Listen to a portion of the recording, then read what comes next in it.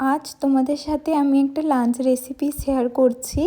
তো শীতকালে বাজারে প্রচুর শিম পাওয়া যায়, আর শীতকালেই শিমটা খেতে বেশি ভালো লাগে। কিন্তু আমার না শিম ভাজা, শিমের কোনো তরকারি এতটাও খেতে ভালো লাগে না। মানে আমি শিমটা অতটা পছন্দ করি না। কিন্তু শিমের এই রেসিপিটা হলে আমার আর কিচ্ছু লাগে না ভাত খাওয়ার জন্য, এতটাই খেতে ভালো হয়। তো আমি এই যে প্যানে কালো জিরে ফোড়ন দিয়ে ওতে রসুন আর শিম দিয়ে হলুদ আর নুন দিয়ে ঢাকা দিয়ে ভেজে নিলাম। তো ঠান্ডা হয়ে গেলে এগুলো মিক্সার জারে আমি নিয়ে নেব। একটু ঠান্ডা হলেই আমি পেস্টটা করব। আর এটা আমি বানাচ্ছি শিম ভর্তা, এতটাই খেতে টেস্টি হয় এটা। আমি তো প্রায় বানিয়ে থাকি শীতকাল এলেই।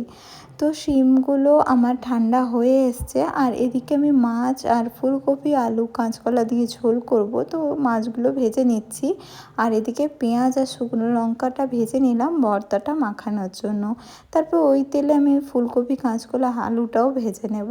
আর এদিকে আমি ভর্তাটা রেডি করছি, নুন দিয়ে শুকনো লঙ্কা পেঁয়াজটা ভালো করে মাখিয়ে নিলাম। আর এদিকে আমি পেস্ট করে নিয়েছি, ওই পেস্টটা নিয়ে নিলাম, তার সাথে ধনেপাতা আর কাঁচা পেঁয়াজ আর সর্ষের তেল দিয়ে ভালো করে মাখিয়ে নিলাম। দারুণ হয়েছিল খেতে, তোমরাও ট্রাই করে দেখতে পারো। আর তারপর মাছের ঝোলটাও করে নিলাম। আর এই শীতকালে না ফুলকপি আলু দিয়ে মাছের ঝোলটাও খেতে খুবই টেস্টি লাগে, আর উপরে যদি একটু ধনেপাতাও দিয়ে দেওয়া হয় তাহলে তো আরও টেস্ট বেড়ে যায়। আর তারপর আমার রান্না শেষ করে আমি রান্নাঘর পরিষ্কার করে নিলাম।